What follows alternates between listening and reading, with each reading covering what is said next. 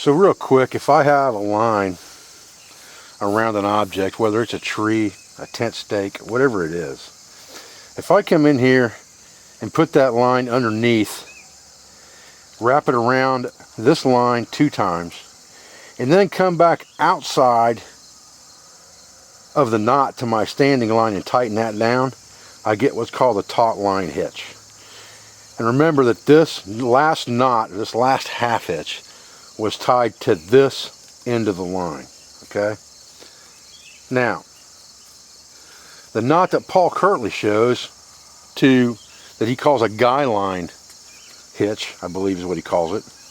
What he does is he comes in and he goes around the line 2 times here, and then he goes around both lines with a half hitch, just like this. So your last loop goes around both lines and tightens it up just like that, and that gives you a knot that tightens down as well. Now this knot would work better for something that was out here further away from the object, because it's not going to have a tendency to spread your lines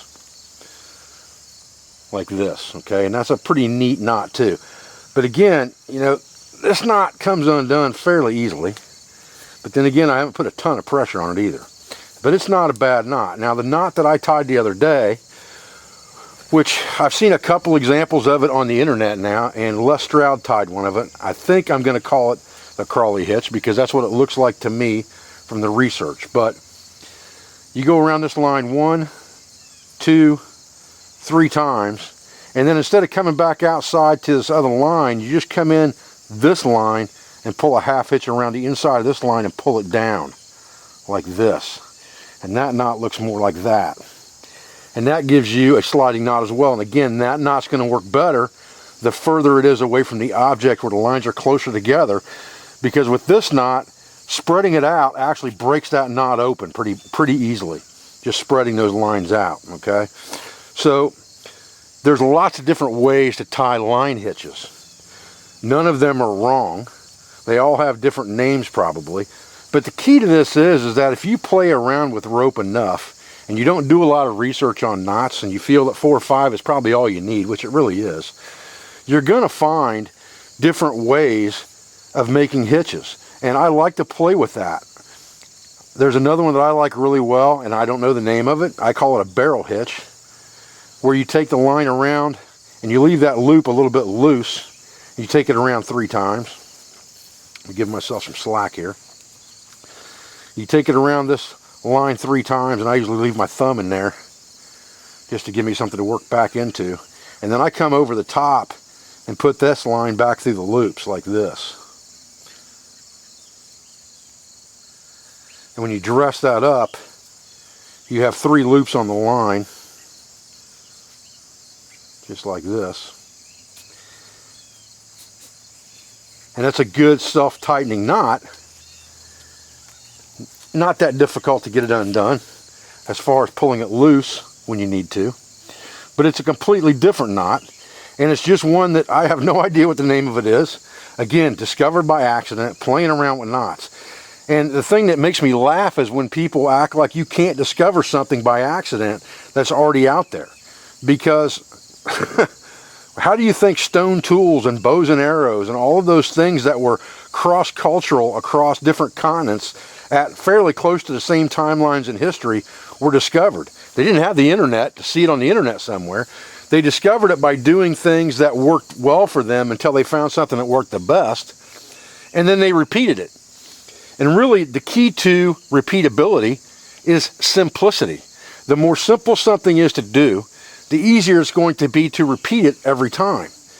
So while this Taut-Line Hitch, which is just 2 around and 1 back behind, is a very simple hitch, it's very easily repeatable, and that's why they teach it in the Scouts, because it's something that's easy for Scouts to learn. It's easily repeatable, and it can be used for multiple applications. And that Taut-Line Hitch is probably one of the easiest knots to tie. Does that mean it's necessarily the best one to use? If it's the one you know the best and it works for you, then it's probably the best one for you to use. The key to this whole thing is what works for you, what's easy and simple for you so that you can repeat it. And to me, it doesn't matter what type of hitch I use as long as it works well for me. I like this Crawley hitch really well. It's simple to tie. It works really, really well. It's got good application for different projects. But one thing that you have to remember about any knot that you're tying in a rope is that some knots work better in some diameters of rope and some work better in other diameters. Some work better depending on what you're doing with the rope. If you're trying to adjust something close to a wide object like this tree, you can see how that's already spreading the knot out. And as it spreads it out, it's liable to loosen it up at the same time, just like that. So maybe that's not the best knot for something against an object, whereas you might be better off with a locking type knot like the actual Taut-Line Hitch, which is going to lock onto this line so that when you tighten it down, it's going to be a self-locking knot and it's going to bind on itself because you actually have a half hitch on the inside here of this loop, and there's no way that can come undone.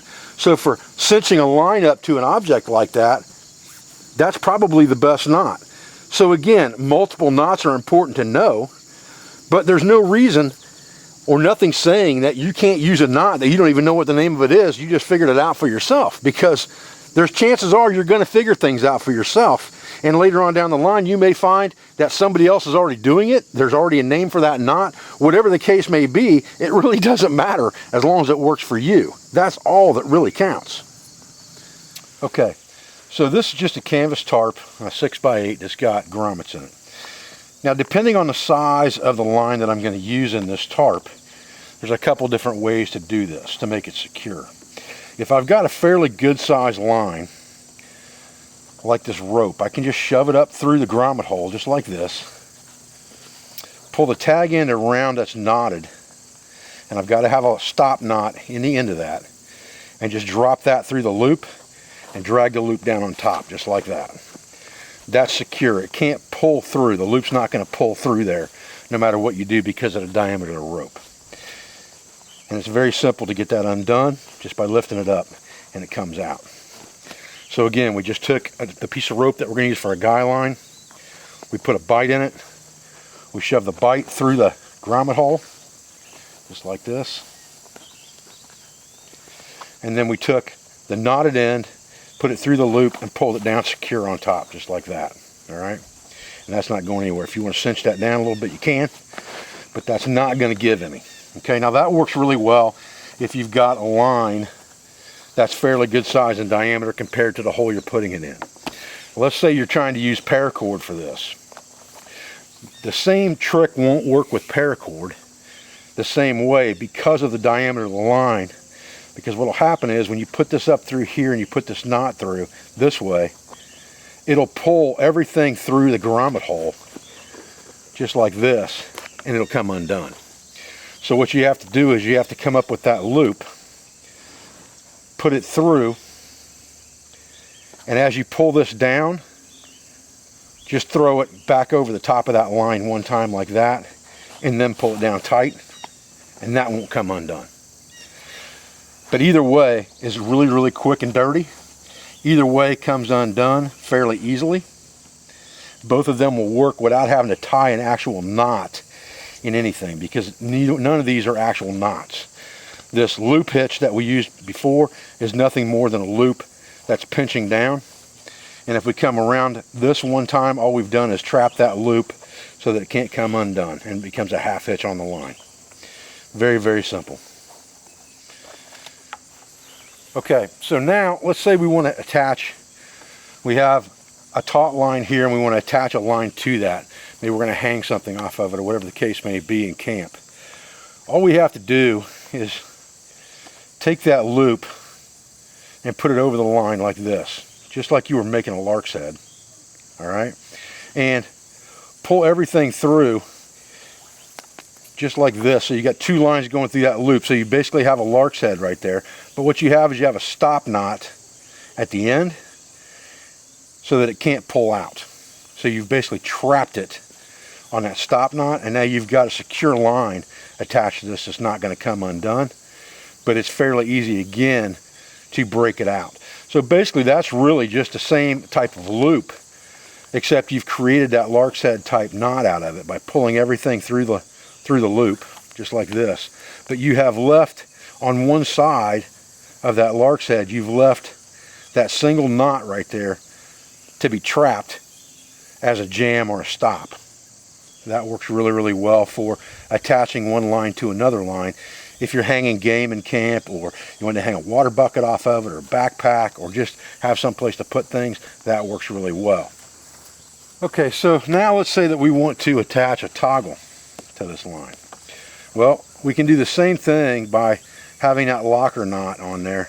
Create that same clove hitch, shove our toggle through it, and that stop knot right there will trap in that loop, just like that, to give us a toggle that is very easy to get undone just by breaking its back, just like that, and it comes off very, very easily.